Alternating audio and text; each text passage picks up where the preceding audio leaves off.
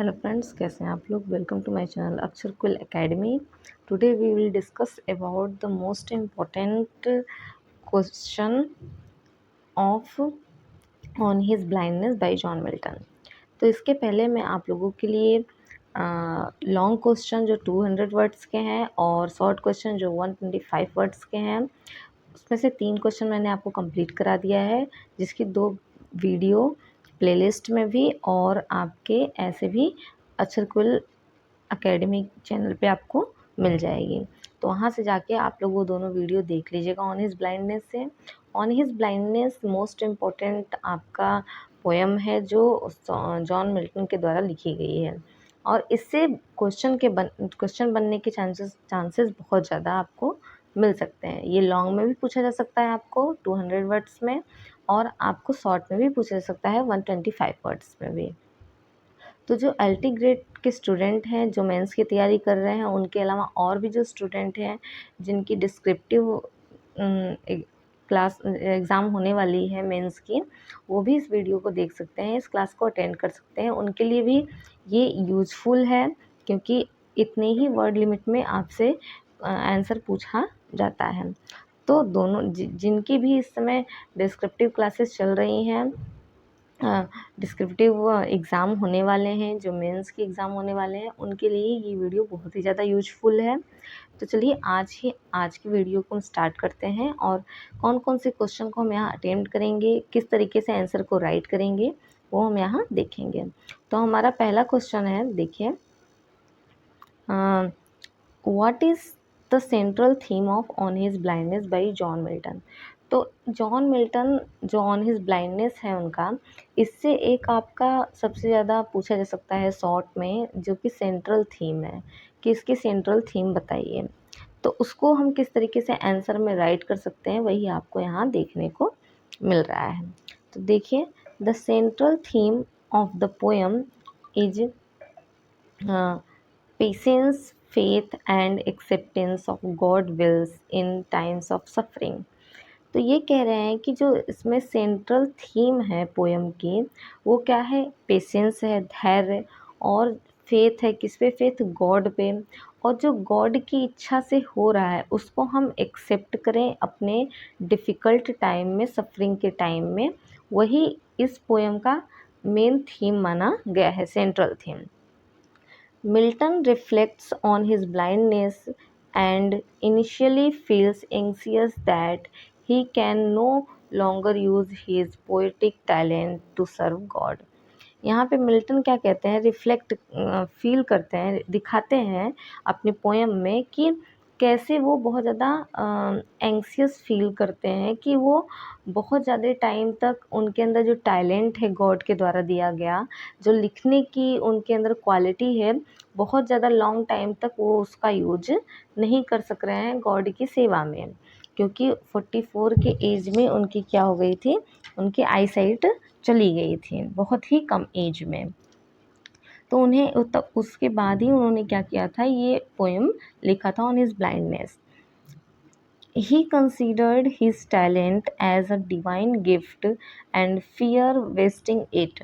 वो मानते हैं कि जो उनके अंदर टैलेंट है वो एक डिवाइन गिफ्ट है, भगवान के द्वारा दिया गया गिफ्ट है। एंड फियर्स वेस्टिंग, उन्हें क्या है, डर, क्या वो क्या हो रहा है, वेस्ट हो रहा है, बर्बाद हो रहा है। जैसे अभी इस टाइम पे बहुत सारे लोग हैं, जैसे किसी को सिंगिंग, किसी कोई डांसिंग में बहुत अच्छा है, कोई राइटिंग में, कोई कुछ बन रहा है। तो आप लोगों के अंदर भी जैसे टैलेंट है, जो इसकी तैयारी कर रहे हैं अपनी टीचिंग की, तो टीचिंग की एक टैलेंट होगी, जो जितना अच्छा पढ़ाएंगे, तो अगर वो वेस्ट हो जाए तो उन्हें लगेगा कि हाँ, हमारा क्या हो रहा है, जो हमारे अंदर टैलेंट है वो हम एक्सप्रेस नहीं कर पा रहे हैं। वैसे ही उन्हें लग रहा है उनके अंदर लिखने का टैलेंट है, बट वो उनकी आई साइट जब चली गई तो वो लिख नहीं पा रहे हैं, इसलिए उन्हें बहुत ज़्यादा होपलेस फील हो रहा है कि उनका जो ये टैलेंट है वो वेस्ट जा रहा है। However the poem gradually moves from doubt to spiritual understanding. अब यहाँ पे दिखाते हैं कि किस तरीके से जो पोएम है वो कैसे मूव करती है। पहले उन्हें डाउट रहता है, फिर उन्हें अचानक से उनकी जो डाउट, फियर और जो एंग्जियस फीलिंग थी वो चेंज हो जाती है स्पिरिचुअल अंडरस्टैंडिंग में। फिर उन्हें समझ में आने लगता है कि कैसे हमारे पास आई साइट नहीं है फिर भी हम गॉड को सर्विस दे सकते हैं। फिर देखिए, through inner reflection Milton realizes that God does not demand constant action और प्रोडक्टिविटी। फिर उन्हें जब रियलाइज़ होता है, उनकी इनर थॉट जो होती है वो उनसे बात करती है, रिफ्लेक्ट करती है, तो उन्हें ये रियलाइज़ होता है कि गॉड को किसी भी प्रकार का डिमांड नहीं होता। मतलब वो ये डिमांड नहीं करते हैं कि हम उनके लिए एक्टिव रूप से ही एक तरीके से एक्शन में रहें या उनको हम एक्टिवली ही किसी प्रकार की सेवा दें, वो इस चीज़ की डिमांड नहीं करते हैं, बल्कि instead he values sincere devotion and obedient. वो क्या करते हैं, वो जो उनका मतलब एक तरीके से हम जैसे गॉड के क्या हैं, डिवोटी हैं, भक्त हैं, तो उन पे जो फेथ रखता है, उनको जो विश्वास रखता है, उनकी जो आज्ञा का पालन करता है फेथ रख के, वो भी क्या है, एक प्रकार से गॉड की क्या है, सर्विस है। हम उस तरीके से भी भगवान को क्या कर सकते हैं, गॉड को अपनी सर्विस दे सकते हैं। फिर देखिए, the line they also serve who only stand and wait. इसके पहले वाले वीडियोस में मैंने ये जो लाइन है बहुत ज़्यादा इम्पोर्टेंट लाइन है, तो ये लाइन पूछ के भी इसकी मीनिंग पूछी जा सकती है। तो इसके पहले वाले शॉर्ट वीडियो में जो शॉर्ट वीडियो नहीं, शॉर्ट आंसर में जो 125 वर्ड का है, उसमें मैंने इसका एक्सप्लेनेशन बहुत अच्छे से कराया है। उस वीडियो को जाके आप लोग देख लीजिएगा, ठीक है। Conveys that even quiet endurance and trust are meaningful form of service, ठीक है। क्या कहते हैं कि जो ये this also stand who only they also serve who only stand and wait conveys the even quiet endurance and trust are meaningful form of service।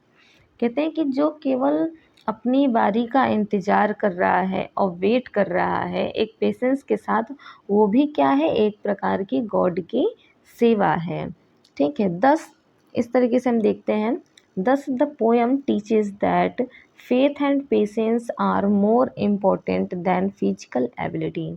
ये जो पोएम है जॉन मिल्टन की, ये हमें सिखाती भी है, एक मोरल लेसन प्रोवाइड करती है कि कैसे हम किसी चीज़ में फेथ, जैसे गॉड में फेथ रख रहे हैं और पेशेंस से अपनी बारी आने का इंतज़ार कर रहे हैं, वो ज़्यादा इम्पोर्टेंट है जबकि फिजिकल एबिलिटी से ज़्यादा ये इम्पोर्टेंट माना जाता है। अगर हम फिजिकली एबल नहीं हैं फिर भी हम गॉड को क्या कर सकते हैं, सर्विस दे सकते हैं। कैसे दे सकते हैं, उनमें विश्वास रख के और एक फेथ और पेशेंस के साथ अपनी बारी का वेट करके कि गॉड ज़रूर हमारा सर्विस मतलब प्राप्त कर रहे हैं और हमसे खुश हैं। तो इस तरीके से उन्होंने क्या किया, फिर अपने थॉट प्रोसेस को स्पिरिचुअल थॉट प्रोसेस में चेंज कर दिया। यही आपका मेन सेंट्रल थीम माना जाता है, जो गॉड के जो इच्छा है उसको एक्सेप्ट करने का, पेशेंस से उनका वेट करने का, उनमें फेथ रखने का।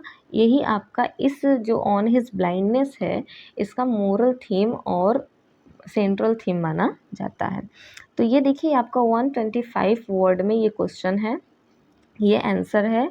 अगर आपका ये क्वेश्चन आता है कि theme of on his blindness, central theme of on his blindness या मोरल, मतलब ऐसे पूछ सकता है कि right the moral thought of on this blindness by John Milton, तो भी आप इस आंसर को राइट कर सकते हैं, ठीक है। फिर नेक्स्ट क्वेश्चन को हम देखते हैं, how does Milton express his personal struggle in the poem.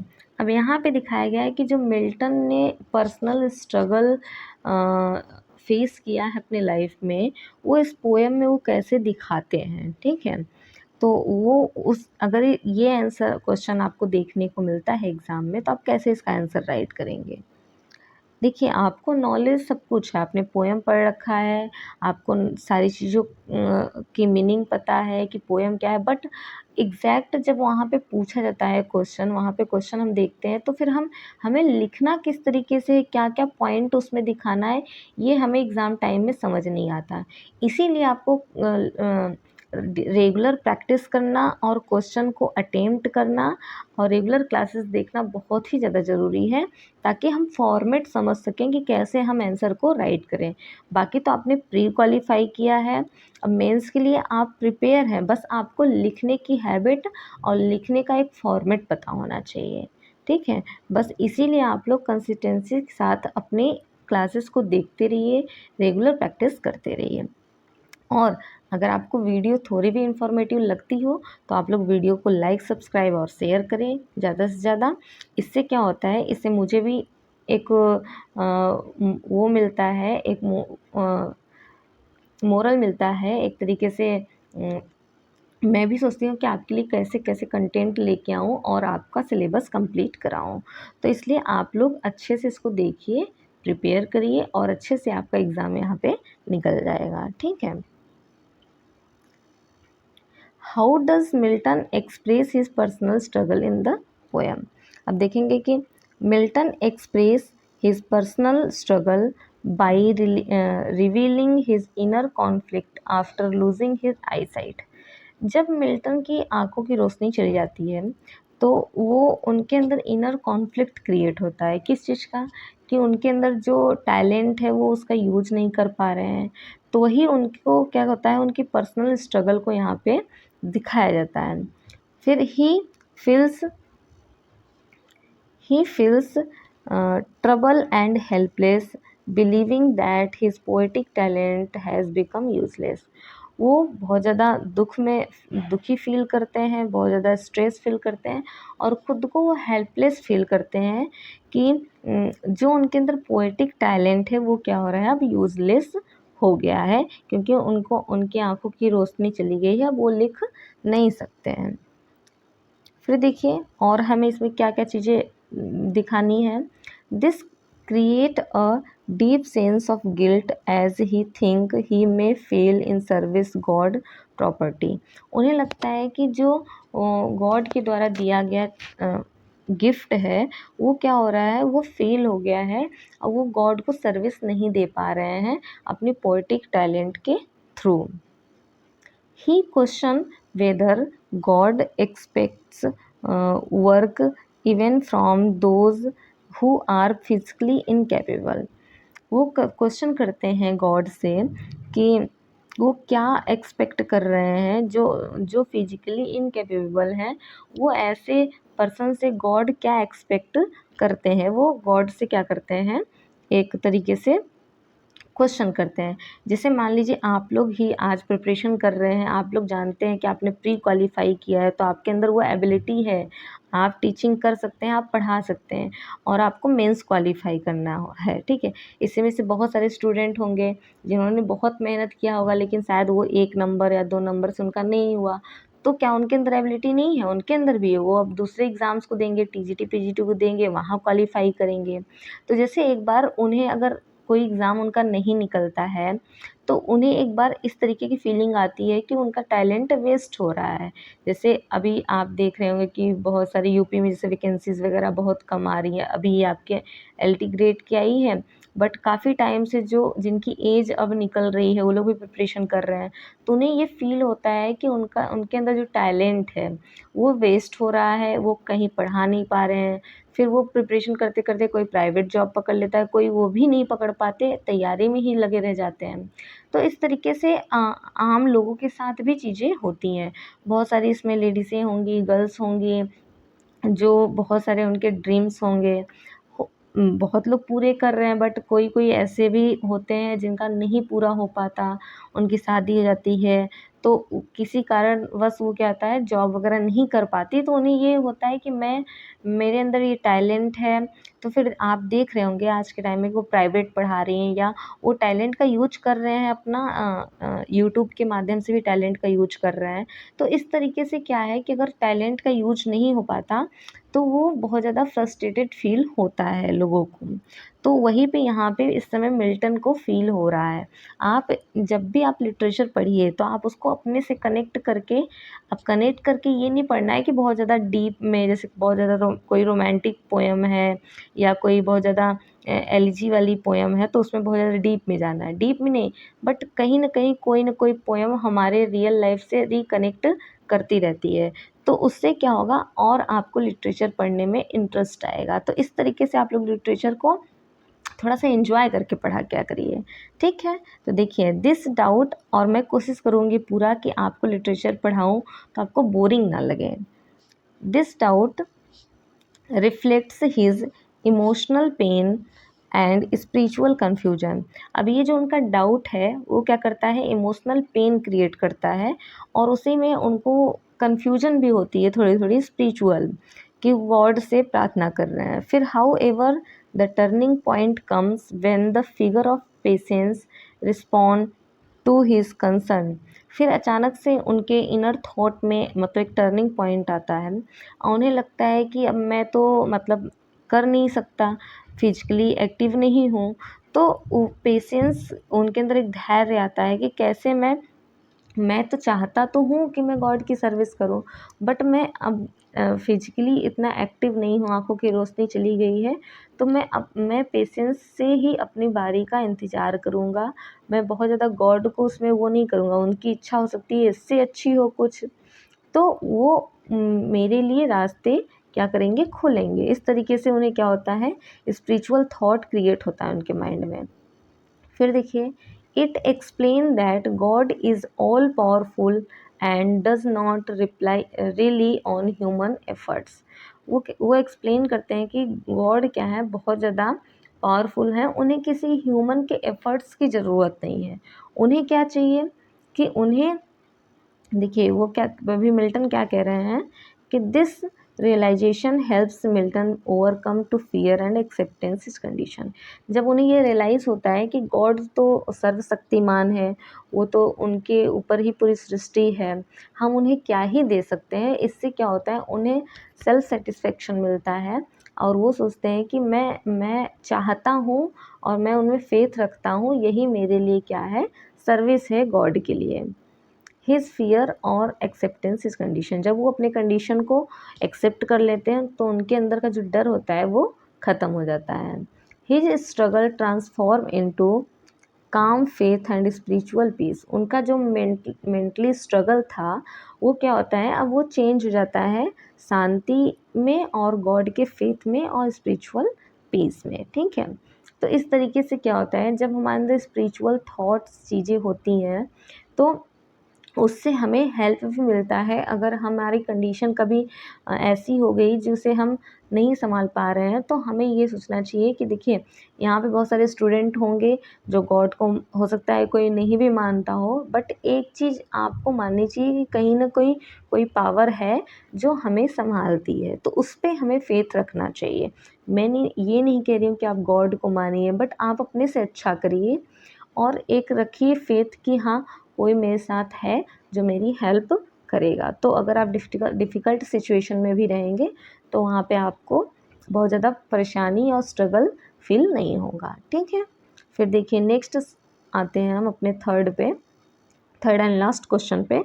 ये तीनों बहुत ही ज़्यादा इम्पोर्टेंट है और जो मैंने इसके पहले 2 125 वर्ड के क्वेश्चन आंसर कराए हैं वो, और एक लॉन्ग क्वेश्चन आपको कराया है, वो भी जाके देख लीजिएगा। आपको LT ग्रेट मेंस प्लेलिस्ट में भी मिल जाएगी वो, और ऐसे भी वीडियोज़ में on his blindness by John Milton के नाम से मिल जाएगी, ठीक है।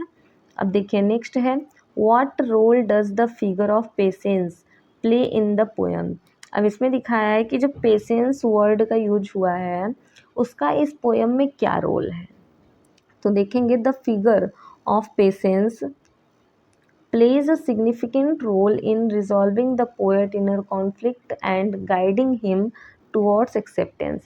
तो उसमें पेशेंस क्या काम कर रही है, जो पोएट के अंदर इनर कॉन्फ्लिक्ट क्रिएट हो रहा है, जो उनके अंतर मन में द्वंद्व चल रहा है, उसे क्या करती है, शांत करती है और उन्हें गाइड करती है, राह दिखाती है कि वो अपने कंडीशन को एक्सेप्ट कर सकें। धैर्य ही एक ऐसा चीज़ है, पेशेंस ही कि कहते हैं ना, हम किसी भी चीज़ की स्टार्ट करें, किसी भी चीज़ की शुरुआत करें तो उसमें धैर्य होना चाहिए। हम कोई भी प्रिपरेशन कर रहे हैं, हो सकता है हमारा एक बार में नहीं निकला, तो ऐसा नहीं कि हमें धैर्य खो देना चाहिए, हमें फिर से प्रिपरेशन करनी चाहिए, एक ना एक दिन हमारा निकलेगा। अपनी कमियों को दूर करते रहना चाहिए, जो कि आप देखिए कि हमारे अंदर इस बार क्या कमी रह गई जो हमारा क्वालीफाई नहीं हुआ। तो फिर ये मेरा सजेशन उन स्टूडेंट के लिए भी है जो एलटी ग्रेड प्री में उनका नहीं हो पाया, वो अपनी चीज़ों को देखें कि क्या और कमी रह गई, उनका नहीं हो पाया। वो आने वाले अभी आपकी टीजीटी, पीजीटी की भी वैकेंसी आएगी, उसके भी क्लासेस मैं अभी आपके स्टार्ट करूँगी और बहुत अच्छे से सेशंस चलेगा। आप लोग जुड़िए और अच्छे से क्लासेस को एंजॉय करिए। इंग्लिश लिटरेचर, इंग्लिश ग्रामर आपको बहुत ही ईजी लगने लगेगा आप जब यहाँ से पढ़ना स्टार्ट करेंगे। तो अपनी कमियों को देखते हुए धैर्य के साथ आगे प्रिपरेशन करते रहिए।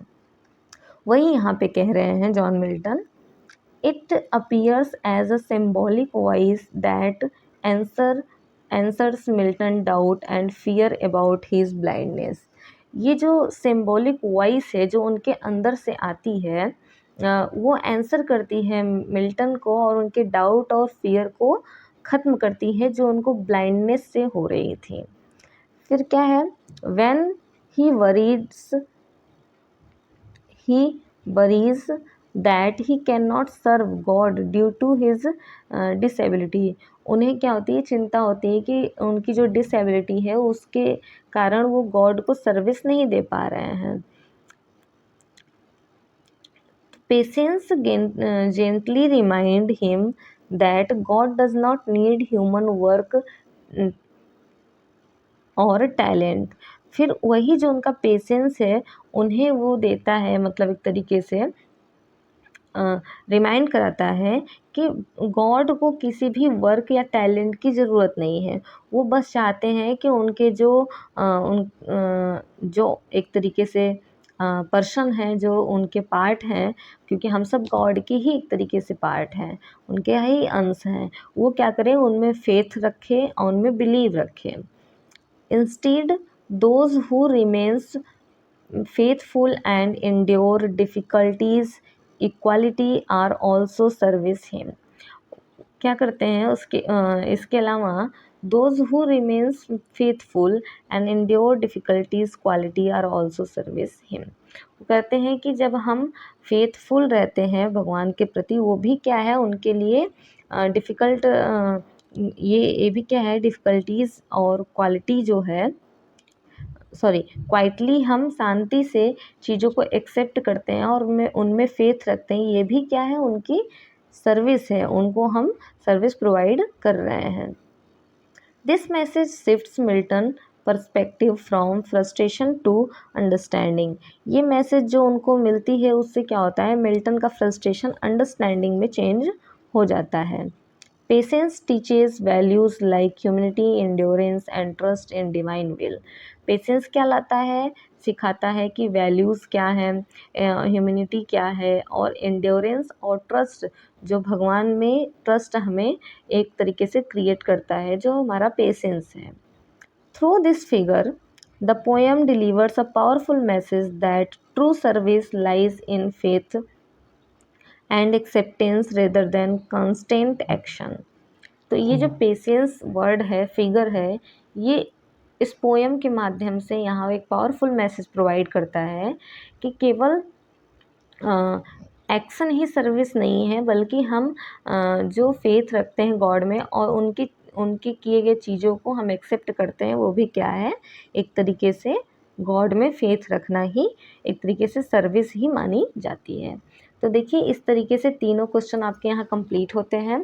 क्वेश्चन आंसर इन तीनों को अच्छे से रिवाइज कर लीजिएगा, ये बहुत ही ज़्यादा इम्पोर्टेंट क्वेश्चन आंसर हैं। और ये दो क्वेश्चन मैंने आपके लिए लाया है, जो why does Milton feel worried about his one talent. तो आप इन्हीं आंसर्स में से लाइंस चूज़ करके अपने आंसर को राइट कर सकते हैं इसका, कि जो उनके अंदर वन टैलेंट है वो कैसे उसके प्रति वरीड रहते हैं। ये आपको अपने से राइट करना है। Explain the significant role of the line this also serve only stand and wait.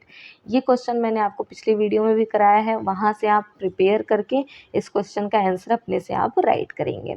और अगर आप चाहते हैं कि आपका जो क्वेश्चन आंसर है वो मतलब कि आपने सही लिखा है या नहीं लिखा है, उसको तो आपको डिस्क्रिप्शन बॉक्स में टेलीग्राम का लिंक मिल जाएगा, वहाँ से जुड़े। वहाँ आपको पीडीएफ ये जो क्लासेस की पीडीएफ है वो भी फ्री प्रोवाइड होगी, और आप वहाँ पे अपने आंसर शीट भी भेज सकते हैं। ठीक है गाइस, ऐसे ही तैयारी करते रहिए, रेगुलर प्रैक्टिस करते रहिए, और अगर वीडियो आपको पसंद आती हो तो लाइक सब्सक्राइब शेयर करिए। मिलते हैं नेक्स्ट वीडियो में। Thank you.